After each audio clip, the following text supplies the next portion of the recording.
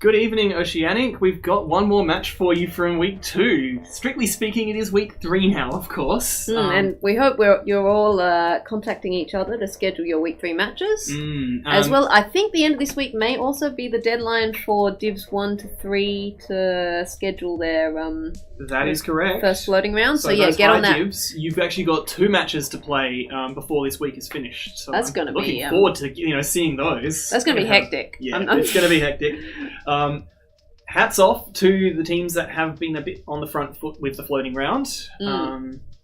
Yes. Anyway, that's for the week coming up. But of course, right now we've got a week 2 match to spectate, and I think it's going to be excellent. Yeah, it should be a good one. So Splatbacks and Holt Centre, some of our favourite teams, I think. Yeah. Personally, oh, absolutely.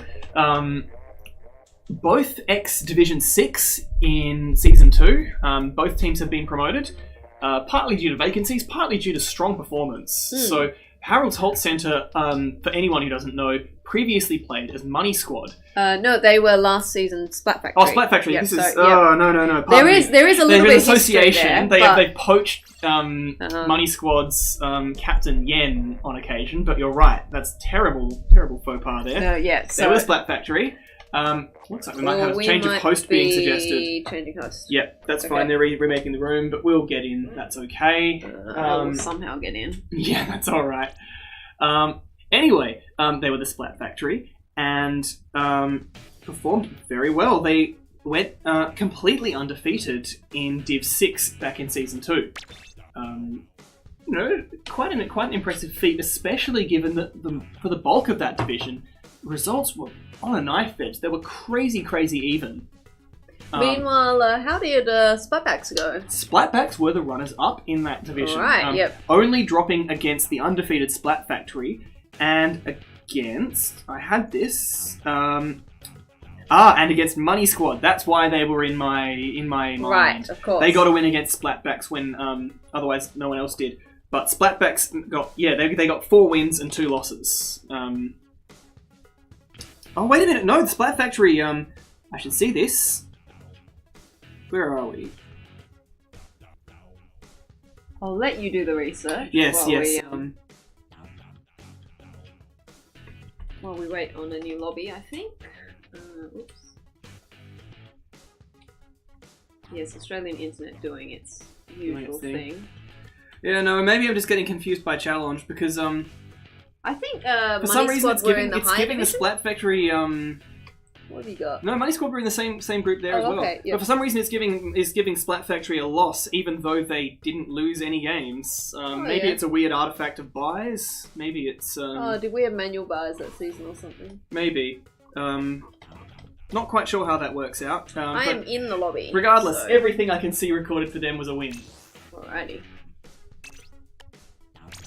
And I'm wondering whether we have everybody in the lobby. Yes, we'll see. We'll find out. So anyway, we've been a bit long-winded going about this, but there are 2 teams that have shown strong performances in the lower divisions over the course of the previous seasons. Looks like everyone's in. Both of them have a reputation for some really exciting play. Splatbacks in particular play, have just don't give up. They've had more game 9s than possibly any other team in the series. Yeah, that's cool. Which is really cool. We should actually track that so we can have an official oh boy, so many official stats. contest. Yeah, so well, many stats. They do tend to sort of spread out all over the place. And I remember actually some very exciting games that both of these teams produced on Walleye Warehouse, although I think Splat Zone's not Turf War like we're playing now. With a lot of clutch holds and a lot of really bold plays. So I'm really looking forward to seeing these folks in action here. Yep, likewise. And these are just fun teams as well. Yeah. Well, the Harold Holt Centre obviously have a real sense of humour there, as you can see just from reading their team name. I think we've mentioned it before, but this is probably the only team that I would go out of my way to to humour such a absurd name. So in the overlays. I mean, we all thought that Jim's was pushing it, right? Oh, yeah. But yeah, this is definitely another level. Of course, for better or worse, Splat Factory also has quite a few players that I just keep on running into in solo queue matches. Everyone's got their own little set of people they encounter, I suppose. Everyone's at their own different position on the solo rank grind. Still, here we go. Getting into it. I'm gonna hope that this doesn't look crazy. It doesn't look crazy. Woo. Hooray! It's working. All right. And the other really cool thing is that both teams are often quite willing to play to their mains and make the mode work around them. So we've got some pretty cool picks here. We've got the Blob Lubber, we've got the Inkbrush Nouveau, Yesuan rocking that Silver Nautilus. Meanwhile, we've got Ham running Respawn Punisher on the Heavy Splatling Deco. So potentially you could just wipe out a whole team with those bubbles. I like seeing the Splatbrella come out as well. Chelsea gets a great splat with that Waller. And in fact, yeah, let's go up to bird's eye view because it looks like we... Oh no, there's the mini map, so this is a bit redundant, especially with all those rain clouds getting in the way. Let's get some close-up view. I feel Splatbacks perhaps have a slight advantage right now. They've done a little bit better in terms of getting the splats. And How comes the Waller? Waller manages to sort of just drive things back. Yesuan, even with that object shredder in their face, does survive the Waller. And then kaboom! So Two in a row there for Ham. It really looked like Chelsea was coming in to support Yesuan, but unfortunately taken out because there were two Splatbacks, two Howard Holt members there, and just an advantageous high ground. So that Respawn Punisher, paying out pretty nicely. And then Panda gets Ruby with the shots from the NZAP, and then the Autobomb picks off Chelsea, I think. This is looking very good for Harold Holt right now. They've got a clean lock on the centre. The wings aren't necessarily inked for them, but they've got every ability to do so. Bubbles now are going to make it hard for Splatbacks, and Panda looks like, if not actually going for a flank, but at least threatening one. So Splatbacks really on the back foot here. Panda does retreat, essentially. Looks like Splatbacks have perhaps caused a bit of worry there. But Panda now picks up 3 in a row. That's that whole flank gone. And we're left with the lone Blob Lobber there on Splatback's side to anchor for their team. Ruby, fortunately, it looks like Harold Holt Center aren't in a position to rush. So Splatbacks do manage to essentially get out of that alive. But things aren't looking great now for them. They've got a minute left to go, and Harold Holt Center have a pretty dominant lock on the mid. They've got their left flank. Right flank is Splatbacks, but without actually getting some splats and creating some space, they're not going to have the opportunity to push in and take mid, and they're now going down one after the other. This is a really strong position now for Harold Holt. For sure, and we do see bubbles coming out, and one of the issues I think with Walleye is that if you do get the players locked into that spawn area, then it gets quite hard to come out. So Harold Holt here could, in fact, try and push up a little bit further to make it harder for Splatbacks to come out that right side, but at this point Splatbacks mostly coming forward, so not really presenting much of an issue. We did see one player, I think, sneak out on the side with Rush maybe, but taken out. The important thing for Harold Holt Center here, is just to remain disciplined, not give in to sort of triumphalism, and they're doing that perfectly. Splatbacks are just stuck at their spawn exit. They're getting the odd pick here and there, but there are no 3-down or 2-down situations on Harold Holt. And time is running out. Up, and they're just not going to be able to get the paint down that they need. Look at that mini-map. That's just saturated in green. And yeah, wow. That's a decisive win there for the Harold Holt Center after a pretty strong opening from Splatbacks. A neutral game probably for about a minute, and then after Harold Holt Center got that edge, they never let go. Yeah. Alright, so we're going to head into the rank modes now. Alright, well, Piranha Clams, I think that's the last hurrah for it. Unless we get any deferred matches on later dates that we can spectate. I'm going to be sad to see this one go, honestly. It's got so many ups and downs. Yeah, for sure. Really fun map. Close quarters for the clam harvest. And it'll be cool to see how these teams approach it. Well, honestly, I'd like to see that Blob Lobber come out again from Splatbacks. You can do some cool things in Piranha with it. And that splash wall is potentially quite handy for just stalling people as you're trying to get in for the basket. Yeah, similarly, given how well it performed in that previous match, that heavy Splatling Deco that the Harold Holt Centre used. If they don't take that for this, then I'll be very interested to see what they're taking in its stead. Because honestly, if you can do that much work in Turf War with that weapon, imagine how much more damage you can do in a mode that's just crazy, crazy bubble friendly.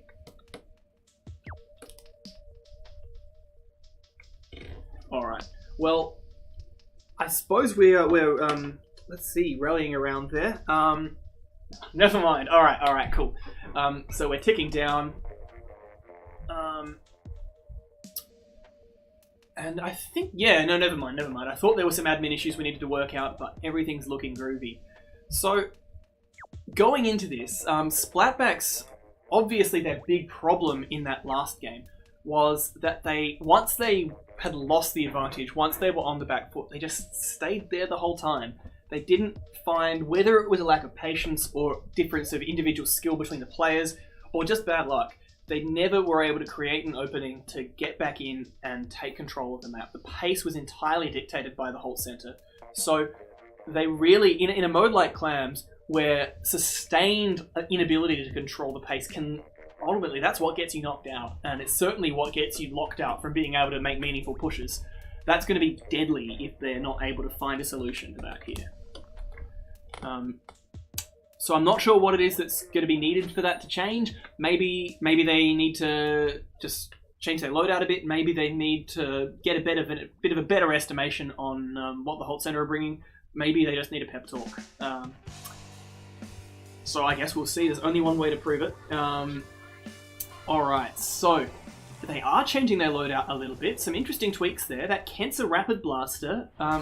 I haven't seen it in a while, but it's a very nice weapon for acting as a nuisance. Obviously, you've got torpedoes, and it looks like Holt Centre are running torpedoes of their own as well on that Kent's Undercover umbrella. But of course, the Rapid Blaster, by virtue of just being a Rapid Blaster, is excellent at being that long-distance mosquito. It looks like we do get an early down on Splatback's side, but for now, Holt Centre are content to simply stay on their half of the map, harvest clams, and wait for another opportunity before they push. Ham uses those Dapple Dualies to get out of the way, and he's running Thermal Ink on them. It's a very interesting choice on such a close-range weapon, but then gets cornered by Chelsea and gets absolutely smashed by that ink brush at point-blank range. Cockback as well gets rushed down, and Splatbacks have a real chance for a push here. They make a power clam right by the basket. We do have a disconnect. That would be why. It's Murex just firing into the ocean, and Ham just bouncing up and down. So hopefully we can see a speedy knockout here. It looks like the basket's going to close, but I'm sure they're going to be able to get it back open again and do a lot more damage soon. Yes, unfortunately, it looks like Panda's a victim of the net. Still, Splatback's harvesting nicely, and Chelsea just leaving a bunch of clams there for Criers to pick up. This shouldn't take long. Got a fresh power clam built, more small clams. We need, what, 72 clams? So 20, that's not quite enough, even if they're, it's 10 small and 1 big. But it won't be too far away from them to be able to get that. And I think that these 4 extras that Chelsea's picking up will be just the ticket. 24 clams there. I should know those numbers. Maybe it'll be just too few. We'll find out. But now we got a fresh power clam built. So no, it looks like we are going to have to do another harvest. Bit of a shame to have a disconnect, but at least it happened early enough that we can just get an easy knockout. And there we go. Chelsea's got everything we need to just get a nice, clean, orderly knockout. And, well, goodbye lobby, we knew ye not.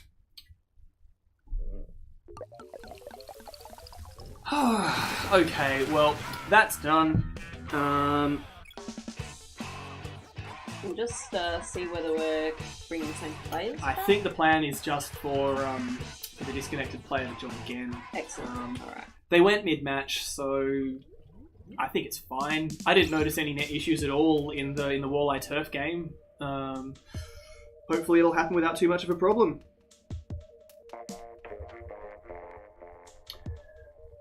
Still, I think we still have a few bits and pieces we can tease out from that preliminary play. Splatbacks, I did like their ability to just be a bit more aggressive. They used their specials quite cannily, and I think, because you've got a little more leeway in terms of sight lines in the mid on Piranha Pit than you have in Walleye Warehouse, that's going to work to their advantage with Chelsea running that ink brush. We saw them there. trap. I think it was Ham with the Dapple Dualies, just stuck against a wall, just not without anywhere to go. So that's, I think Howard Holt Centre are gonna realise that they can't just rest on their laurels. They've got to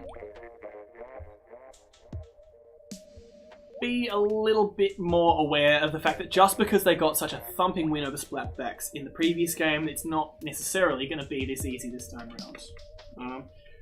I don't think we saw any meaningful objective movement until after the disconnect, so unfortunately there's not really much to be learned from how each of those teams handle the clams.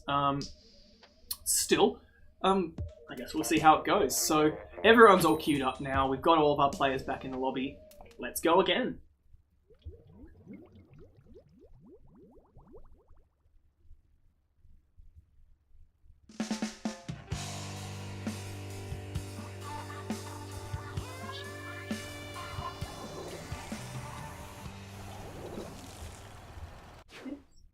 Alright, here we go. So, and I think I'll just duck back and go, okay, I realised that we have none of that heavy Splatling Deco this time round. Howard Holt Centre instead opting for tremendous mobility. That pair of dualies and a light weapon in the other slots really means that they're going to have a lot of freedom to just zip around the map, both strategically and tactically. They're very, very mobile. It looks like their only real initiation option is the Baller, but with 2 Suction Bomb rushes, they're just going to be able to pick any point on the map they like and just say, you can't go there, Splatbacks. Splatbacks, meanwhile, also running without bubbles. 2 Ballers on there, so triple Baller, in fact, instead. Let's just get that up again, just for the sake of it. And it looks like a pretty confident offensive from the Howard Holt Centre there. Ham and Murex both going in, perhaps a little impatient in the end though. Once they smelled blood, they weren't quite willing to back off and get the splats they needed. Still, not a terrible push, but Splatbacks here showing exactly why it's dangerous to wipe for score. We do get that power clam, not quite in the basket yet. There we go. A sacrifice open, but we've got 2 down on both teams, and it looks like Splatbacks are going to be able to get an easy over. Oh, and here comes the Baller, just to stay alive and provide more clams. Yeah, and then Ham gets kicked off by that Rapid Blaster. Yesuan showing exactly why you've got to respect it. Looks like that last clam's going to despawn before they can get anything in. We've got a super jump coming in. Are they carrying clams? They are. They've got 4. Ruby goes but down. That's all. And there we go. Finally, I think that's the end of that push. And I've noticed Splatbacks freebie clams sitting there underneath their basket. Krytus picks it up now. And indeed, no sooner, Kovac threatening a break and Panda's Inkjet, meaning that Splatbacks can't be safe there. But it looks like that's the power clam carrying it down.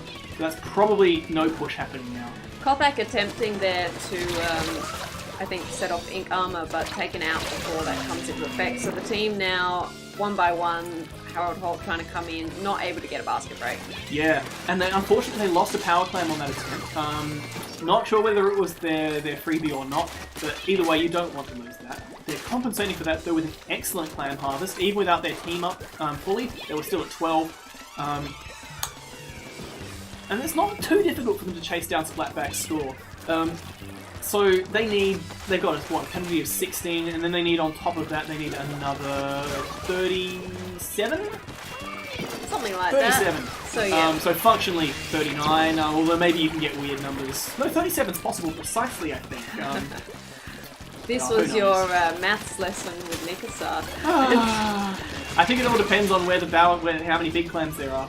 Still, very indecisive combat now, which Splatbacks aren't going to be too unhappy about. Obviously, if they're able to get another push going. Oh, Chelsea gets a crush splat with the Baller. But Splatbacks, it looks like they're not quite in a position to make a jump. Their Power Clam carrier distracted by Panda. Ruby now going in with a Power Clam and a Baller, so we're not going to get an instant break. Ruby smashes the shield on that undercover, but it looks like that 2v1 was enough to stop them. And a great we do get the break there. though. Yeah. So Splatbacks do have the barrier open, but no one did take advantage of it. It looks like it was just a single solo attempt on the back of that Baller.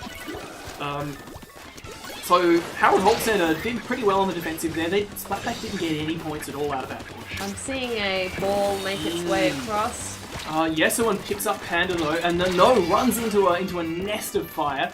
We'll see. Kovac might feel confident here, but they get flanked, unfortunately, going in without support. Ham's Suction Rush does prevent Splatbacks from really following up on that, but we'll see, actually. Those Dapple Dualies can never be underestimated.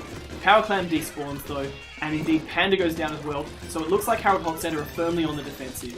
Murex holding that Power Clam gives their teammates some special charge at least. With only a minute left, I think Harold Holt Center really, like, they've got the makings of a good push there. They've got 40 clams worth just from their big clams.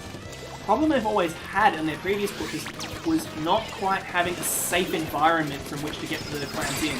Murex then just advances very, very aggressively, and the dually dodge rolls are the only reasons they survive. We get 2 down on Splatbacks, but Harold Holt only have Panda in position. We get the break, and Panda can... Oh no, there we go. No, taken out. So this is looking bad for Holt Center now.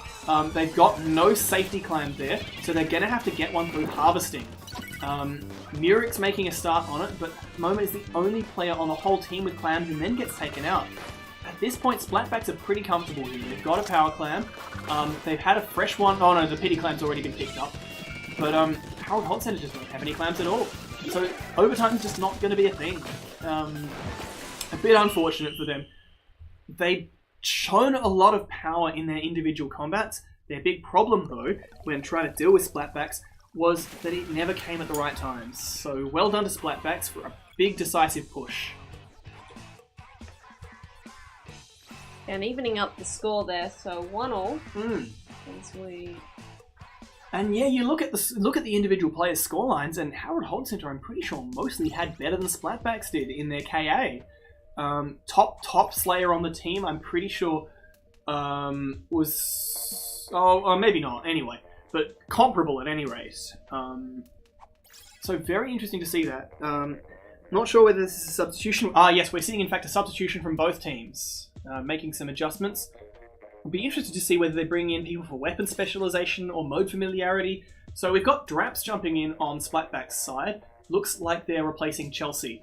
I guess that makes sense. If you've got that Ink Rush player, you want them on clams for that, mobility. Quite handy to have on turf. Maybe not so much on Rainmaker, especially on a map like Albacore where range is so important. And it looks like on Splatback's side, Harold Holt Center's side, Panda has subbed out and Chef is jumping in. Be interesting to see what they're bringing here. Alright, so we might have perhaps a bit of...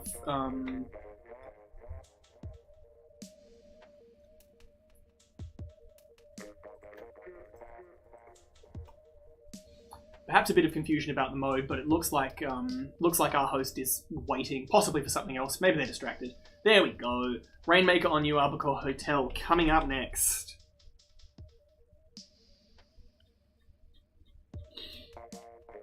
So, yeah, I guess we've been in an interesting situation here. 1 game all to each team. The Harold Holt Center's win was really about as decisive as you can get in a turf match without it being just it essentially was a spawn camp, just slightly set back from the spawn throughout all the situations where they were winning.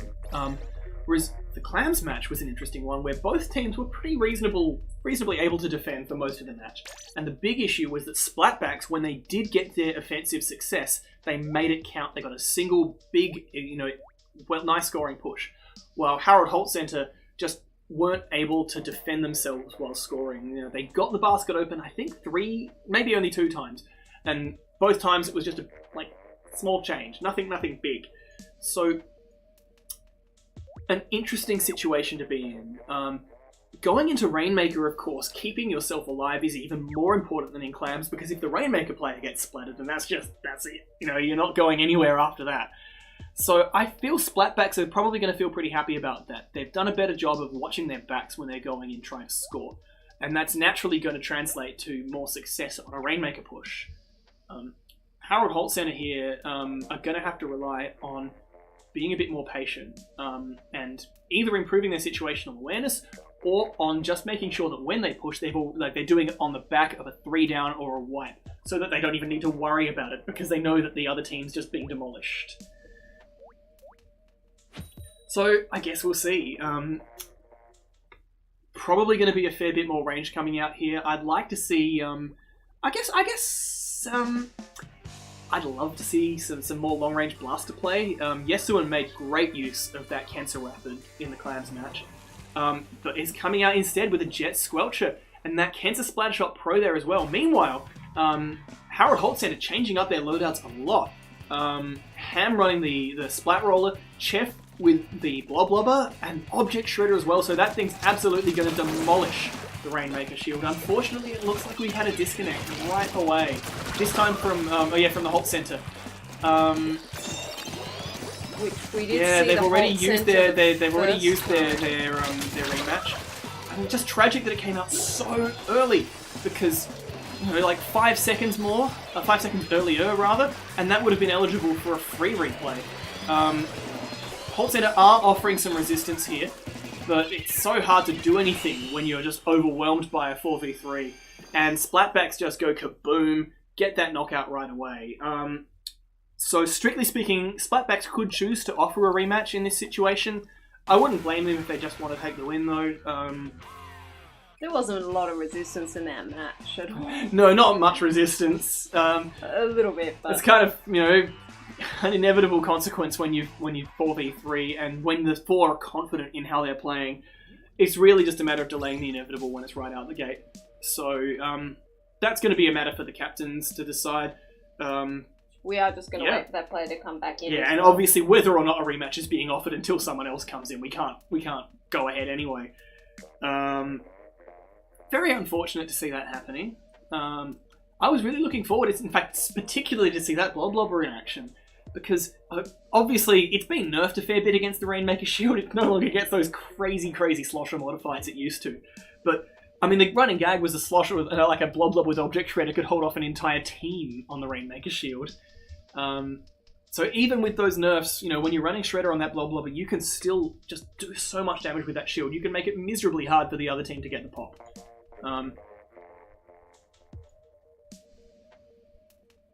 Alright, cool. There we go. So I think it's been agreed they're just moving on. Bit of a shame to lose that Rainmaker match for from a viewing pleasure, I suppose. I do like Albacore, especially given that a lot of teams have been trying very different things on it. We saw last night that insistent right push in that match. I should know this, between Char and Catastrophe. I would have been interested to see what these two teams decided was the better way to go in. But it's not to be. If we want more Rainmaker, we've just got to hope we get all the way to Game 7 and see more A Towers come into play. For now, it's Splat Zones, Anchovy Games. Both of these teams have been using a lot of weapons that I think could do a lot of damage here. We saw in that first game, Harold Holt Center running that heavy Splatling Deco. It's a beautiful weapon on Anchovy Zones. I guess we'll see what they're on. So it's looking like we've got substitutions happening for both teams. I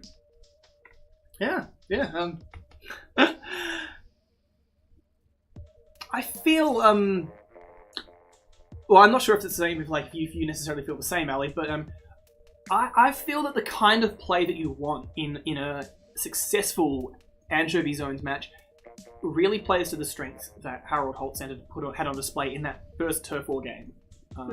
That you've got, ideally, you want to secure the zone without too much fuss, sweep the other team away, and then step forward a little bit, not necessarily too much, and force them to fight in their gallery where they don't have a height advantage over you, and hopefully get them spawn staggered, make them panic.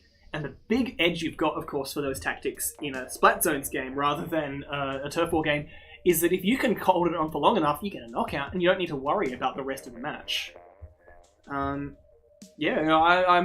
I think Harold Holt Center should be feeling pretty confident going into this based on how Splatbacks played the turf game. For sure. Sorry, I've got some things to also juggle as well. Fine, but yes. we are Well, it looks like we're juggling players too. Yeah. I think Team Pond just conferring about who's subbing in for this one. Obviously, as well, when you're looking at some potential network issues, then maybe you've just got to weigh that up as well as to whether or not you can rely on a player's net. Definitely. So we do have our last player jumping into the lobby now. And I think we'll have our team assignment and we'll be readying up soon. It is interesting seeing Splatback's confidence increase. Obviously, the Rainmaker game's a bit of a not strictly indicative.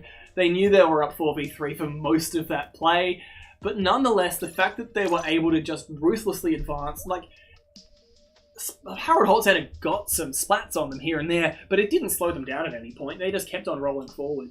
And when a team is really trying to stop you, it's even in a 4v3 situation, you aren't guaranteed an easy knockout. So, good seeing them just proceed and sort of being willing to essentially just sweep aside the Holt Center's resistance there. The Clams match, obviously, they were coming off the back of what must have been a pretty frustrating turf war game, where they'd basically been behind on the scoreboard for 2 minutes straight, never really made an impact on it throughout the course of the game, and got the tiniest little bit of break-in at the very end of the game, far too late to affect the outcome. So getting a win, even off a disconnect after that so quickly and decisively, has probably put a bit of wind in their sails. So Harold Holt Center really need to make sure that they can arrest that momentum, turn it around, and bring it back into a situation where they're the team that is dictating what's happening now. They're the team to beat historically as well. I believe when these teams played each other way back in Season 2, it was, let me see, it was in fact a clean wipe. The Harold Holt Center got 5-0 over Splatbacks. We probably streamed it, but I can't remember exactly how close any of those individual games were. But nonetheless, they know that they can beat Splatbacks. They just need to put that into practice. Hopefully the internet gremlins will permit that as well. So here we go, Anchovy Games. And, ooh, Yesuan rocking a ballpoint, a Clash Blaster there, and Chef running the Bloblobber. Wow, I like this. This is Ruby with the Bloblobber Deco as well. There are going to be so many bombs here. Yeah, it should be a fun one. And I'm just looking... a few bubbles in play as well, so... A few? Not that many, though. I think it's just that four Splash Shot Pro. Yeah, only the four. Drap's getting very aggressive with that Clash Blaster Neo there, and Ham showing exactly why you've got to be careful being aggressive against a ballpoint splat lane. That Suction Rush there does flip the zone neutral, but I don't think this... Oh no, never mind! The Bloblobber using its main on the back of that Suction Rush to just tip the zone to a cap. So that's an early lead loss. Doesn't really mean anything at this point. Ham now using that elevation quite nicely, and just waiting for their team to get back into position.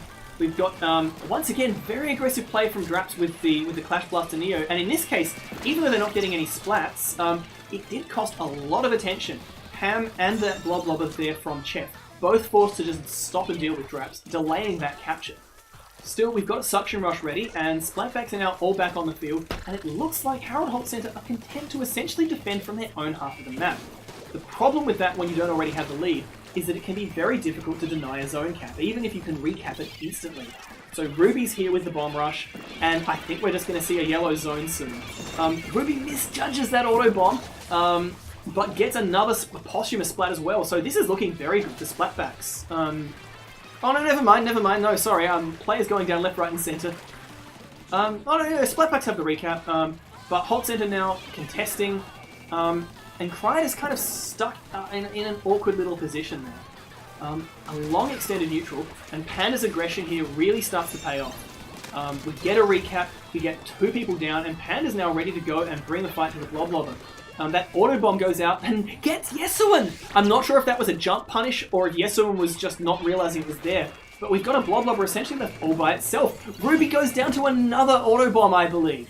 And this is looking really, really disastrous for Splatbacks. The penalty's been burned off, they're down 2 players, and Kothak's right there in their face. Yesuan goes in a bit too quick and gets trapped, and I really feel Splatbacks only have one more chance at this. Crydas pulls out bubbles, and this could be a flip. But there's someone right behind Crydas! And then all that firepower just makes it as if the bubbles hadn't been there at all. Suction Rush is ready though, so this is Splatbacks, I feel their last chance. They get a neutral, and I think that's good for a cap. Yes, those suction bombs just so hard to deal with. So that's a bit of oxygen there for Splatbacks. They've got a pretty long run back to deal with now. And Harold Holt Center have been showing confidence that they really didn't demonstrate in that Clams match. Splatbacks do manage to get the cap again after, I believe, maybe only neutral. Panda makes them dance with missiles. And I guess we'll see. At this point, Harold Holt Center really need to continue that aggression. That was what got them back into this match when it was looking like they were in trouble. And indeed, Splatbacks, just a bit too focused on the zone, just gets swept up from the side as Panda goes in for an essentially undefended flank attack. So it's interesting to note that Holt Center are running so much of their own object shredder, even though they haven't brought their own bubbles. Like, I think 3 players with object shredder. Yeah, and Splatbacks don't usually run armor either, so the only reason they've got that shredder is to deal with Splatbacks bubbles. And I think it's worked out pretty well for them, honestly. The bubbles haven't really been as impactful as they can be in some matches. That's a 2 down there. Krytus is able to keep the cap alive briefly, but that's just buying time for Splatbacks. The problem is that they've bought themselves time in the past and it's not worked out for them. They need more than time. They need to use that time to actually achieve something. Holt Center is making this very hard for them. Those torpedoes are sapping their attention. Well, Krytus goes in for the bubbles, and look at them wilt! That Bloblobber and the rain just making them as if they weren't there at all in the first place. Tantalizingly almost painted zone, but then Holt Center just recap it almost without trying. Splatback's big problem here is that they're not able to get these situations where they can paint the zone unopposed. They can't, for better or worse, win the combat that they need to make this an uncontested push. And when it's contested, Holt Center just seems to be outpainting them. And here it's really looking like we've got that suction rush coming in for that Hail Mary stop. That's 6 points remaining. Is it enough? It is! But Ruby goes down, Yesuan goes down, and Krytus is left essentially alone. We've got a jump there from Draps, but this is like that. We've already had the recap happening, and now the clock is working against them. They don't have another suction rush ready. Krytus has bubbles, but they're not going to be fast enough to get the cap without something really quick to pop them. And it's a neutral, which is, of course, not enough for overtime because it had been owned by the Holt Center. Wow. So, I mean, we were saying before this match that Holt Center needed to use that ability to just go forward, attack, step on the other team, keep them pushed back, and that's exactly what they did. Very, very well played there. I'm impressed at how well they were able to bounce back from a pretty demoralizing Rainmaker loss and not really seem affected at all. They just rolled forward, used that superior painting power at their disposal, and really the only time we saw Splatbacks get any foothold on the zone at all was when they burned 1 or even 2 specials to do it. Yeah, so as you said, great to see them not deterred by that disconnect that lost them Rainmaker Albacore, and now just rolling on. As you said, they had pretty much all the tools and momentum that they needed, as we saw in previous matches, so coming into tower control, it'll be interesting to see that continue on. Oh, I'm looking forward to seeing, I guess, tower control is an interesting one, of course. Neither team has really been very Ray-friendly, although to be fair, we've not had the most Ray-friendly modes, and the Rainmaker match, of course, was a 4v3. I'm having trouble remembering what they ran there. They might have been a Ray, I remember a Jet Squelcher on Yesuan, but I can't remember whether it was a custom or not. But of course, tower control on Sturgeon is tremendously Stingray happy. We've seen a lot of Clash Blaster play from Draps. Clash Blaster Neo entirely so far, but might swap to Vanilla. Although frankly, the Neo's got some nice tools anyway on Sturgeon. Those curling bombs give it mobility that you don't usually see on a Blaster. It's a very nice weapon for guarding towers. I guess we'll see what they bring. Holt Center, meanwhile, we've seen some previous Splatling play from them, although I believe it was a heavy Splatling Deco when it came out. Maybe they'll run a standard. I think they'd be very advised to... I think Kothak is still in here, so I think that Cancer Undercover, or even the Vanilla Splatbrella, both of which Kothak has used, are really going to be... either one is going to be a great option here. You can do so much on the tower with them.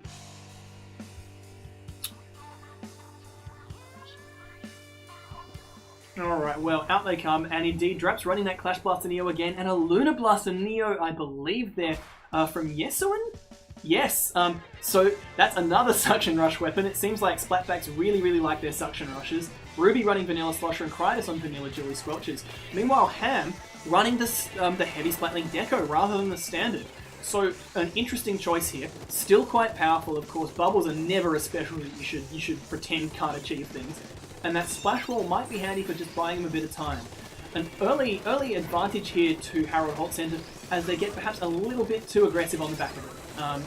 Critus, however, it just gets picked off at long range by Ham. That's well played there. Despite sort of biting off a bit more than they can chew early on, the Holt Centre quickly rallied and managed to deny Splatbacks a counter push.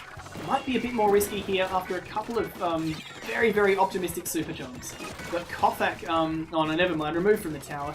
Ham does a good job in the anchor roll, but oh boy, Chef escapes due to the magic of gravity. But otherwise, Holt Centre in a really bad position here. That blaster just making it really, really difficult for them to stay on the snipe. And Splatbacks have the makings of a good push here. Critus, Ruby, and Yesuan all teaming up to try and break the checkpoint. That Int Mine there doing great work, just making sure that it stays on their team. But Panda now more than Splatbacks can handle, and the back line rather on Holt Centre traps the rest of Splatbacks there. A clean wipe. That could have been really, really scary for Holt Centre, and fortunately, they were very disciplined and they rallied and they held their nerve in the face of a pretty nasty potential push. Yep, now Panda here moving forward, taking out Thraps, I think quite weakened already, thanks to Panda's teammates. But and Panda, that's really when she's in her element, is when she can just go forward in the other team's face and make their lives miserable. But Ham on tower now. Kothak, unfortunately, doesn't get the Umbrella Shield working in their favour. Harold Holt Centre do take the lead there, so despite the best efforts from Splatbacks, not able to block that. And now they're really needing to step up again. For them. They're down, still down a player as Holt Centre are getting back on the tower. They're clustering together, but I feel this does play the Splatbacks' advantages more than Holt Centre. That Flash Blaster Neo combined with the Lunar Blaster, firstly, you can set up some like one shot from each of them. Secondly, just that sheer saturation of splash damage from some pretty zippy weapons. I'm pretty sure they're both light. Means that Holt Centre need to stay on their toes. Unfortunately, Ruby there trapped by a bunch of ink and I think an auto bomb finishing her off. Doesn't get much traction there. But here, Yesuan moves forward with that Lunar Blaster, and Chef, despite that tremendous range advantage on the Blob Lobber, can't really punish it. So, Yesuan goes down, but it's brought Splatbacks a bit of time.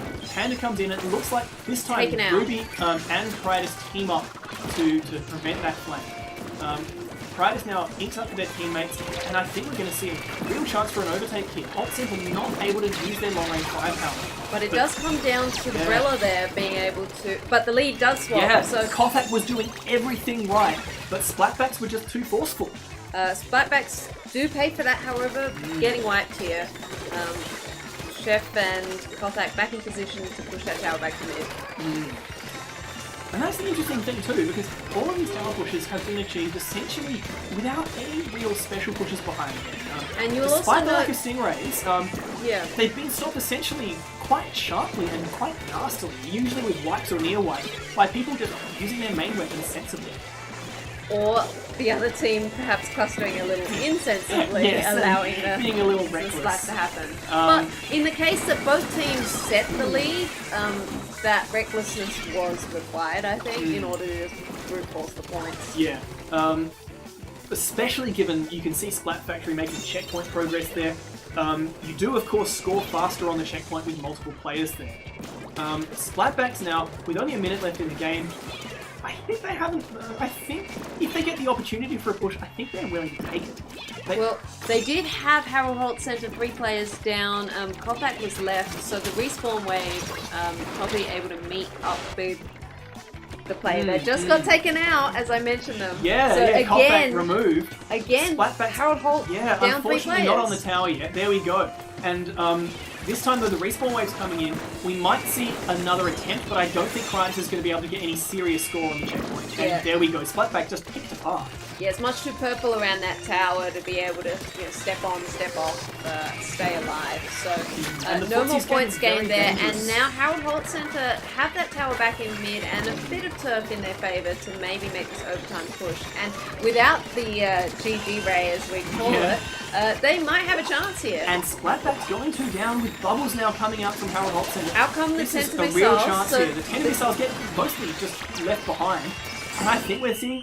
Oh no! We saw Ruby the slosher managed to get descending feet from on the above, tower. and I think the Ink Armor actually working against Harold Holt Center. I'm not sure that there would have been enough knockback to push Pam off the tower if the armor hadn't been up. So that's a bit tragic there for them, because they really had the momentum going in there. Still, save is a save, and Ruby was, not punished for lurking up there on the snipe, dropped in for the Hail Mary prevention. We are going to head to Clam Blitz next on Skipper Pavilion. So, our first repeat mode of the evening. Skipper has as well. It's another... had to see this one go from Clam Blitz. It just has so many cool little things that can be done. You can try, you've got two completely viable push options, both of which are often stronger when you combine them, when you actually attack from both fronts at once. So many different weapons and specials get a chance to shine here. And given the amount of diversity we've seen from both of these teams' loadouts, I really don't know what to expect. I'd love to see some torpedo play. We've seen Kothak really effective with that Kensa undercover. We've seen Yesuan running the Kensa Rapid. I'd like to see a Kensa Junior here, but I'm not sure if we've seen a Junior at all from either of these teams, and I don't think any really favour any of those sort of short-range, inaccurate shooters. No, the only thing that I'm not exactly confident about picking is that we'll probably see that Kensa Rapid come out. And interesting to note, Splatbacks on this map are not running Chelsea. They're leaving Chelsea benched. So they're probably not going to be running an Ink Brush, which we've actually seen used to some pretty reasonable effect on this map in matches between other teams. That's right. So Splatbacks clearly have a different game plan for this one. I expect they're going to be using bubbles, which they've not really made that much use of outside of Splat Zones to date. But it's such a bubble-happy map. I'd be really surprised if they didn't come into play here. Look, it's been really interesting to see, mentioning bubbles, seeing all this object shredder that Harold Holt Center keep bringing. So 3 players consistently for the last few maps bringing object shredder, despite they actually had bubbles to pop last game. Yeah. They had the heavy splatling but deco. In the previous one, they were just anticipating Splatbacks bubbles. Yeah. So coming into this one, it'll be interesting to see if they stick with all of this heavy object shredder loadout. I think it would be sensible for them. They're often running weapons that are quite rapid fire. Some of them don't really play nicely with Ink Armor unless they've got object shredder. And if they're running bubbles themselves, it's going to be tremendously useful for them. That's it. I feel like when you're doing the basket break, sometimes just the threat of bubbles sitting there can be a good thing. You don't actually want to pop them too early. And when you've got 3 players with object shredder up, that might be a bit too much. Yeah, no, I think there's some merit to that. Certainly some weapons are much happier without it than with it.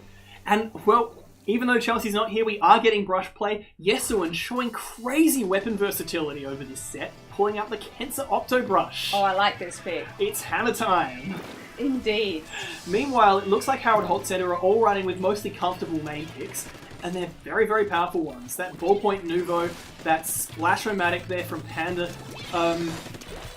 We got an early down there on Splatbacks, and the Clam Harvest is going quite nicely for the Holt Center. Splatbacks Power Clam denied them.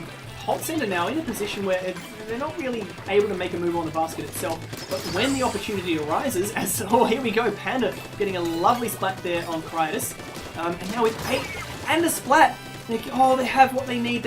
A Night Clam, they just need one more small clam or a buddy to jump in.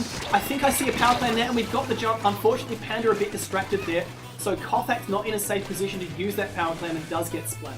That's really unfortunate. Yeah. The situation there where maybe hoping Yesuan taken out. Having the bowing before the awesome force of the ballpoint splatling, shooting straight through that hammer like it wasn't there.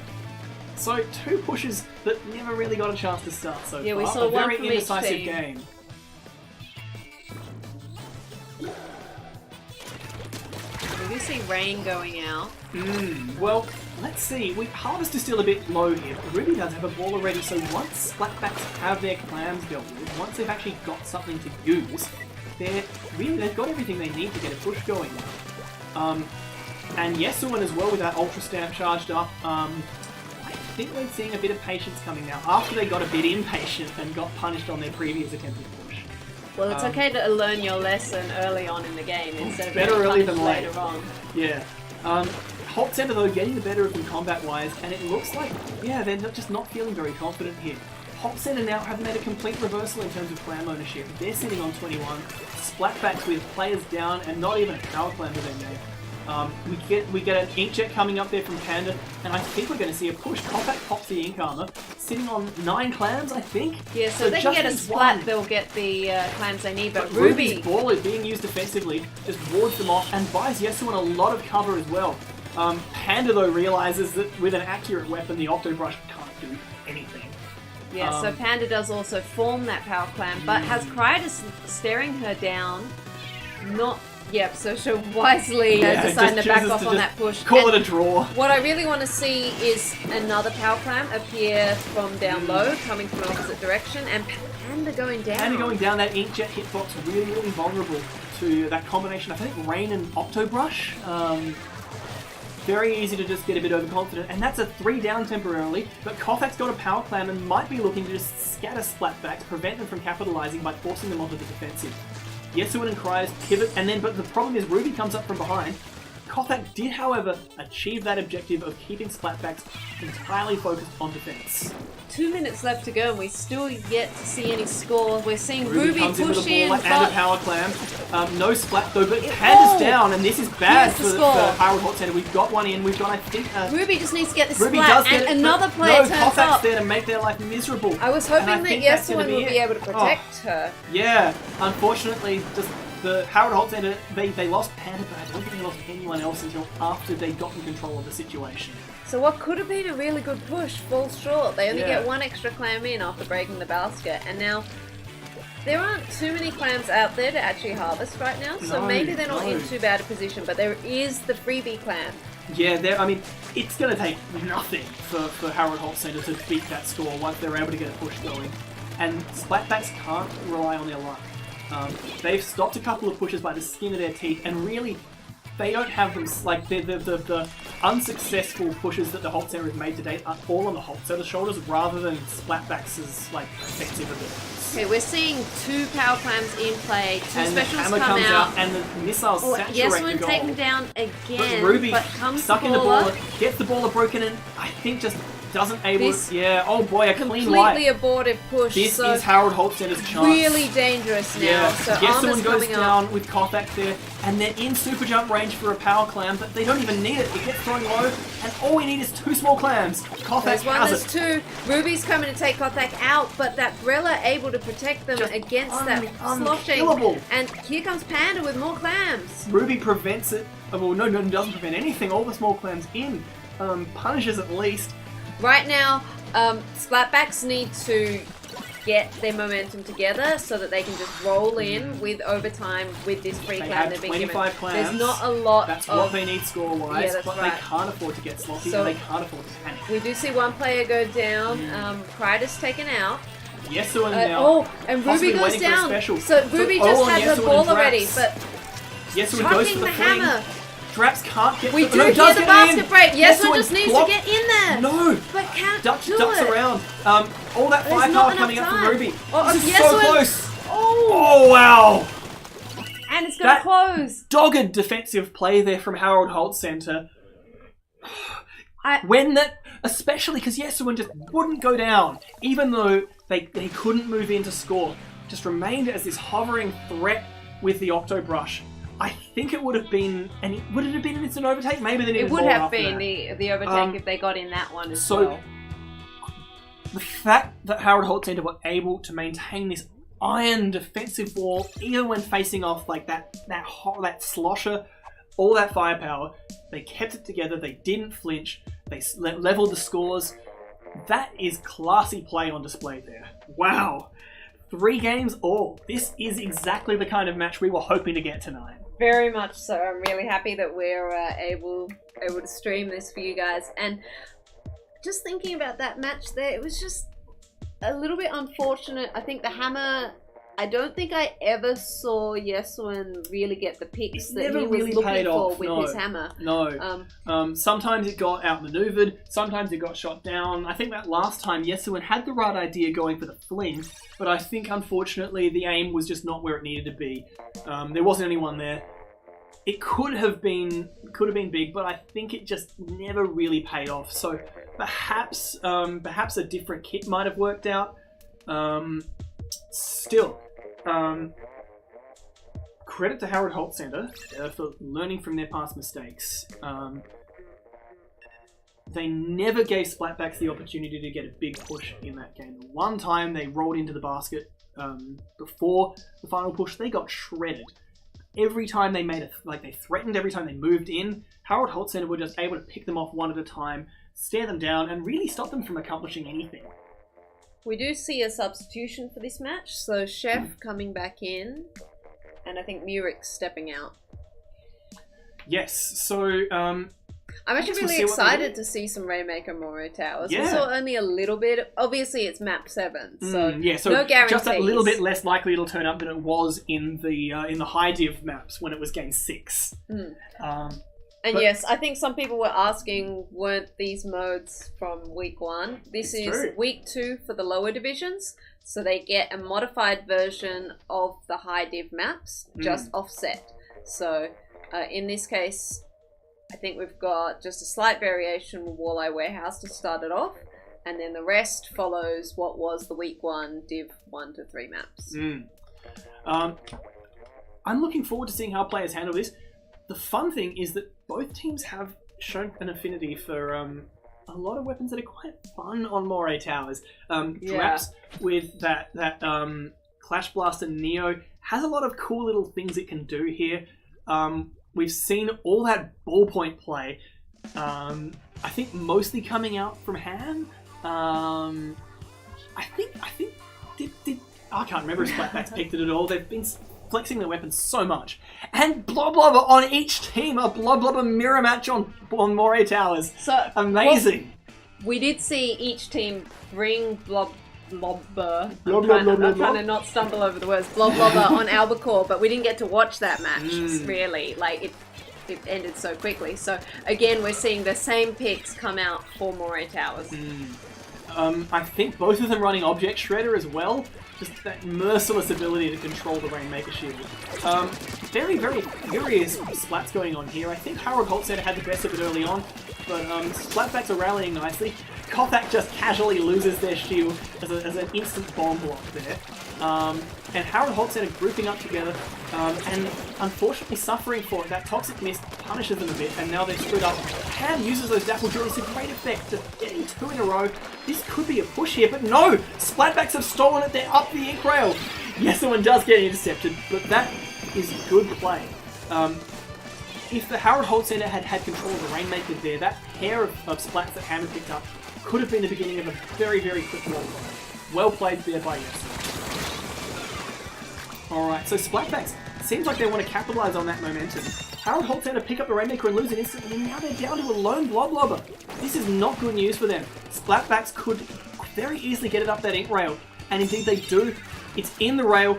Kothak drops down, but unfortunately the problem with the Kent Umbrella is while it's very good at defending, it's not necessarily so good at attacking. Yesuan tries to pivot. For these picks, gets Panda, doesn't not able need to get to. Ham. Oh no! Blocked. And then that Blob Blubber does get taken out by Critus and Draps, who are still pushing forward. They are, distracted by the next ball wave. No, Draps taken out by the pop. Ham just exactly where they needed to be. I think with a bit of assistance from Chef on the Blob Blubber, gets that shield pop, and now they're home free. Yesuan, with that Jet Squelcher, unfortunately, no, picks it up anyway. Got that, is still a shooter at the end of the day. And now we've got a tug of war here. Draps, unfortunately, gets stuck out there, and Yesuan picks up the Rainmaker, perhaps a bit too eagerly. We did see Yesuan had the missiles ready, but missiles would have left them quite vulnerable. Of course, so does picking up the Rainmaker. That's true. Still, so evasive maneuvers have worked so far, and Yesuan able to sort of create a bit of shock and awe with the Rainmaker shots. And unfortunately going down, but it did give the team enough time to make formation around where he had been. And now We do see Harold Holt. I think they might be in a good position to push. We'll keep an eye on that overhead map. Well, there is quite a bit of orange. Does eventually take its toll. Panda's down. Okay, 3 players down, so and that that's is a clean over. wipe. Yeah, Splatbacks showing very good patience. And not engaging when they didn't need to, just letting Harold Holt come to them. We see It's someone come out from the left, little taking out the there. Rainmaker. Yeah, a good denial. I'm not sure who that was. It could have been anyone. Yes, Harold one Holt's has in been a four in the hanging middle on of to it. these missiles and opting finally to use them, and doesn't Wow, and even help Kothak just against. doesn't care. Yeah, I fully expected the missiles to come in on Get a Kothak's back, self-flex situation. Harold Holt just taking out from a little bit of So splash much damage splash there, damage. I think. That But blob blobber from above, that clash blaster down low. they do have a player up there still, though. Panda in great position here to allow for some super jumps. Cleans up the Rainmaker and then Has gets an Inkjet protected ready. by the shield. And I think we're going to see it coming out soon. But Splatbacks have the edge on getting the shield pop. So she has activated it, but waiting for her moment. And there we go. does eventually Between find the that splash pick. from the Inkjet and the teammate.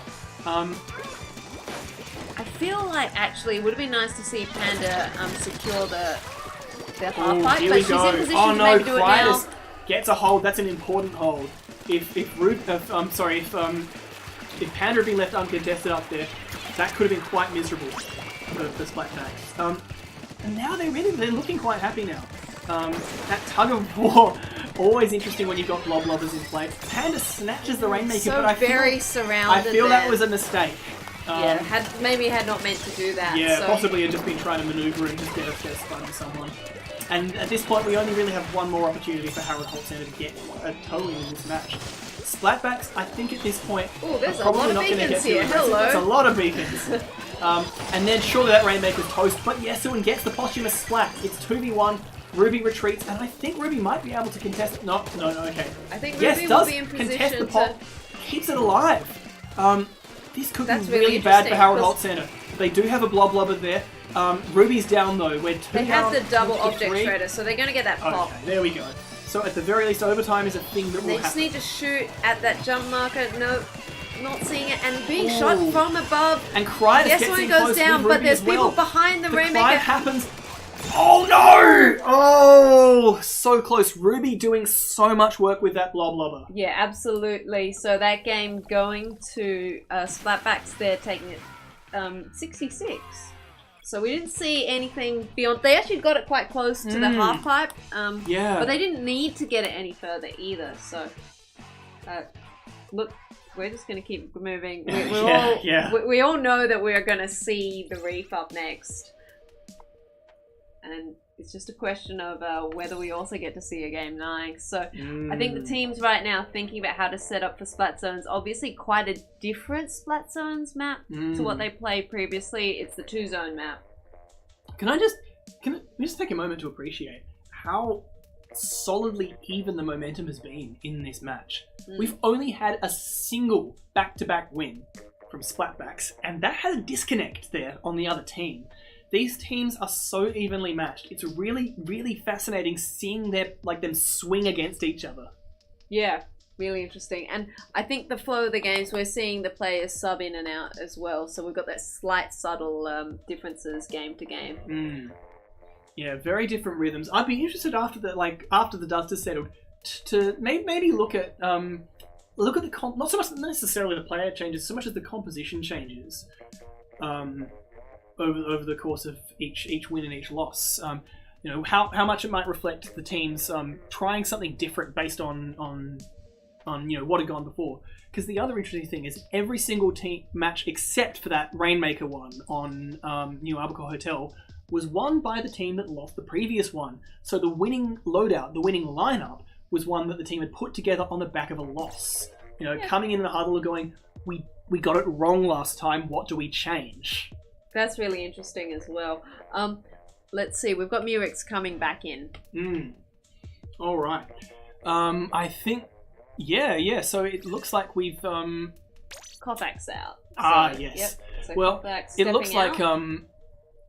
in fact, Kothak's first time not included in the Harold Holt Center lineup. Oh, that's very interesting. So we do know that There's Murex been a is constant presence with that Brella. pretty solid We've seen nothing but custom dually squelches so far. Even last season, I think, we saw Murex very hard main on custom dually squelches, so we know that we're very likely to see this rain come out. Panda has usually gone for that close quarters, punch your face in kind of loadout. It's been Splash-O-Matic or NZAP 89 so far. So I think the big question is, do we get something a bit more zones friendly? Maybe Panda might flex to the Neo Splash-O-Matic. Maybe Panda will stay with the standard Splash actually. The Inkjet's quite nice on the Reef. And the other question is, what are they taking? Like, are they going to see some bubbles? I believe their Ham is in there, so we might just see another heavy Splatling Deco. We might see a Ballpoint Nuvo as well. It's pretty nice on the Reef. Yeah, I mean, hard to say at the end of the day, but I'll be interested to see what they do, given that they've lost their main skirmisher. Well, lost is not quite the right word. They've removed them. Kothak has done so much work in previous games of getting in Splatback's face and leaving them without any room to maneuver. And now we're going to go to the Reef where the mask that I've got for the mask. Yes, and once again, just proving the master of flex. Coming up with a 52 Kensa. Otherwise, not many changes on Splatback's loadout, and indeed, it looks like on Harold Holt Center, we're seeing pretty much main weapons from everybody. So it's not really going to be anything fancy or complicated here. We're just going for a big head-to-head clash. As predicted, my out-of-date filter for the Reef it's all hideous. Show the map properly, but it's not terrible either. Well, we'll just have to use our eyes with the single look. We'll just have to live with it. Pam potting out those bubbles, and getting a bit outmaneuvered there by Ruby's Blob Lobber.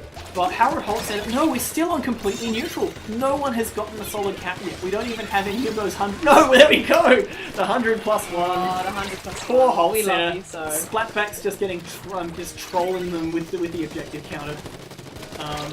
And that Clash Blaster from Draps is disrespected by the Holt Center. They just get a bit too reckless moving in face of its fire. Still, no real score from either team. This is a quintessential two-zone situation. We've got both teams trying to push the zones without having a real concrete effort against them. And there we go. Yesuan gets trapped, stuck between the points. And with 2 down on Splatbacks, this is the Holt Center's chance to get a real score. Skirmish is looking really interesting, seeing Ruby get so aggressive with that Blob Lobber and pulling it off, essentially only really getting punished in a 3v1. Out comes the Booyah Bomb, so we're going to see where this is going to get aimed. Far, blocking off the bridge. Yes, we're not able to get the pick. That RNG on the 52 is murderous at long range. And we've got a recap now. Holt Center getting a great score now. This is better than, wow. Splatbacks, I think, are unfortunately in a situation where they might be able to set neutral, but they're not in a confident cap position. And indeed, so we see players go down on the point as well, so they're not really able to affect them long enough to get that penalty in place. No, they need to. Unfortunately, they're in a situation now where it's harder and harder for them to be patient. That objective counter is getting really mean. Trap's not able to get this the time, not able. The zones are neutral, or Ham sending out bubbles. Yeah, so this could be really dangerous. The Booyah Bomb comes out, thing. doesn't stop them, and in fact, Yesuan gets blown up inside his own Booyah explosion. And Holt Center here looking absolutely in control. This is looking like a clinical knockout, but we've got the last dregs of the team. I think I see someone up on the bridge. So we might get a neutral here. No, we don't. No, a knockout. So, Harold Holt Center earned their game 9 with an iron fist.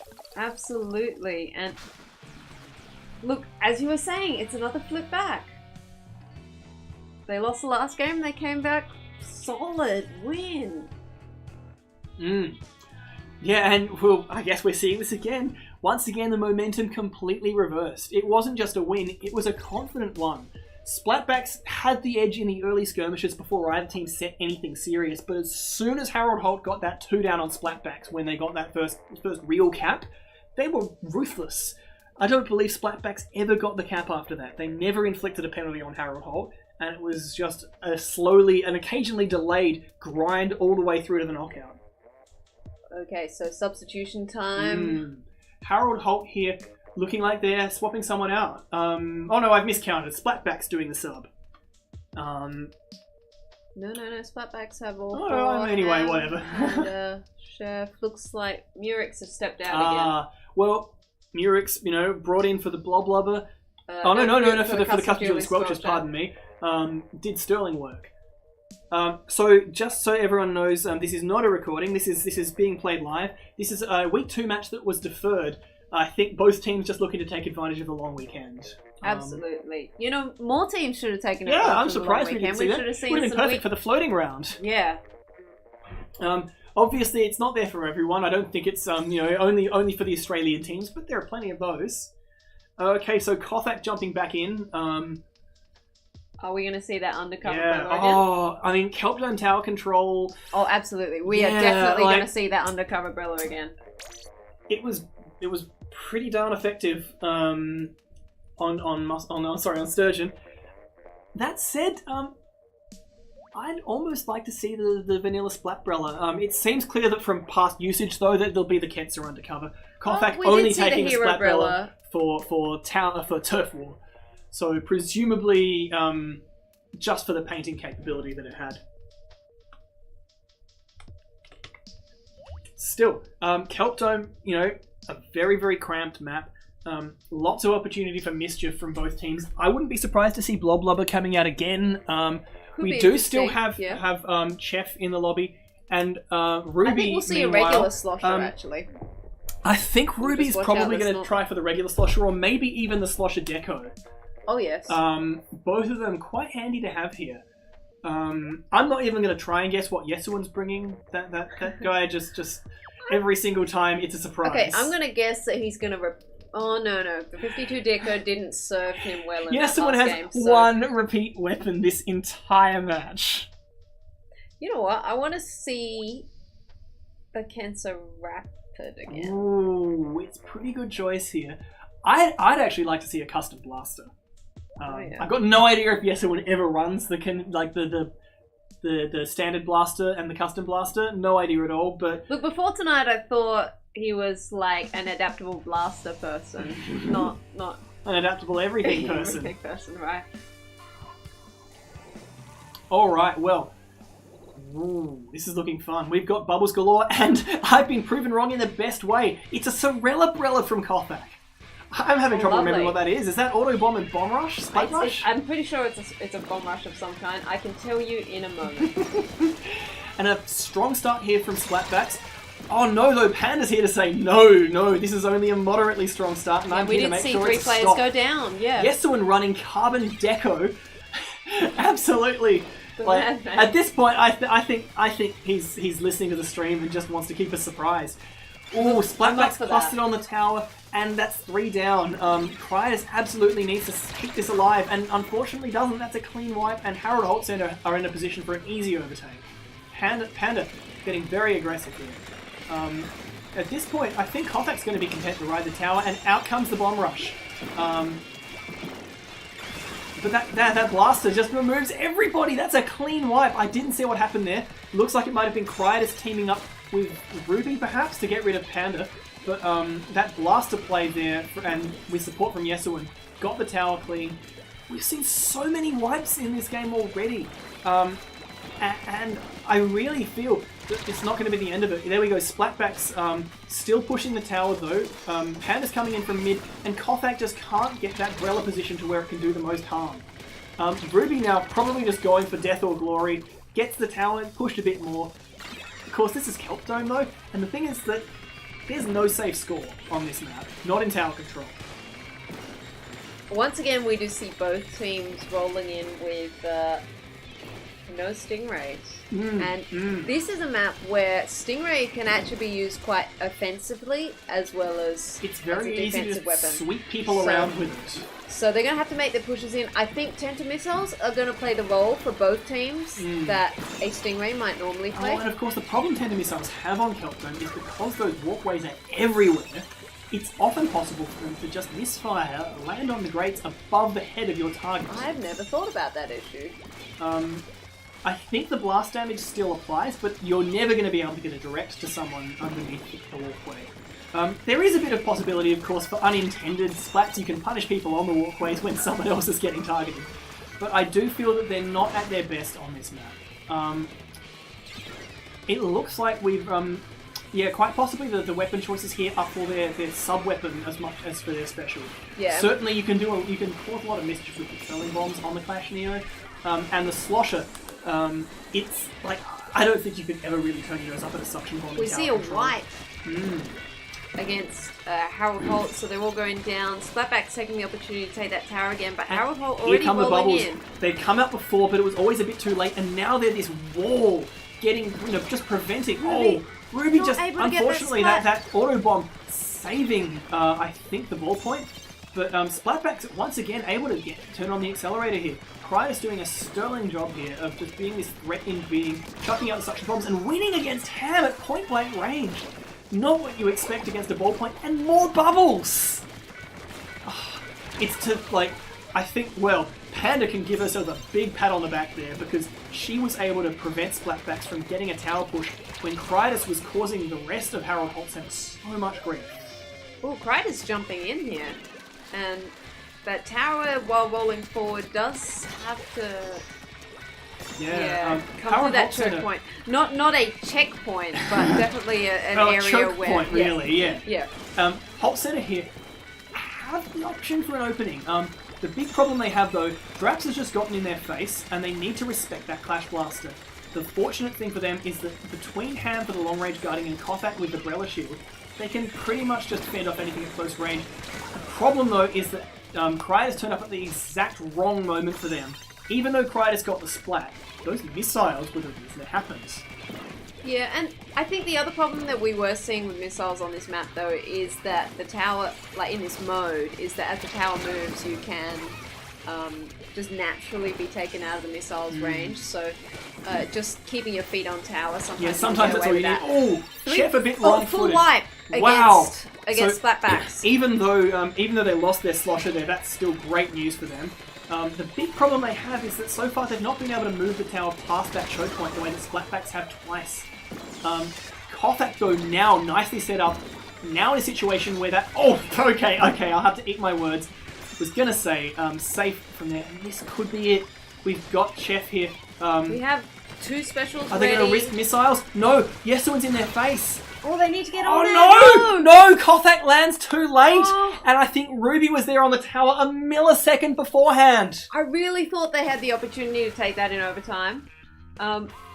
Unfortunately, just not quite working out there. Oh boy. Yeah. My goodness. That was the clutchest of clutch holds for Splatbacks.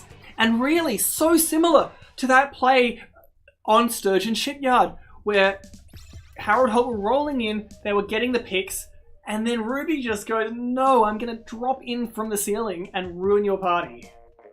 Wow. Wow, that is indeed, that is quite a way to end a Game 9.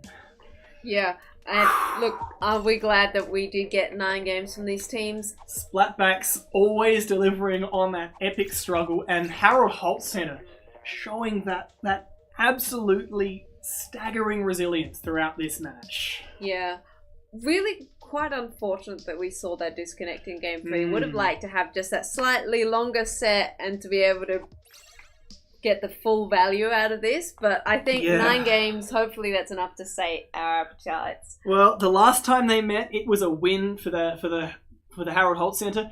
This time round, same matchup, new division, Splatbacks have gotten their revenge. It was costly for them. They had to work so hard for it, but for now, they come away the winners. What a way to end week 2. What a way to end this long weekend. Yeah. All right. So I'll just quickly bring up the equipment screen. You guys can analyze it however you want later. But from here in the casting desk, I think that's all that we want to say. Yeah, we've got some dinner to get to. And really, it's been an absolute treat broadcasting this match. Thank you once more to the Harold Holt Center and to Splatbacks. You have given us a match to remember. Thanks to everyone for watching, and we'll be back later in the week for some... Well, hopefully for some round 6 and also some week 3 matches. Yeah, there's going to be a lot of matches potentially. Yeah. So everyone schedule your matches, please. Okay, that's it from us. Good night. Good night.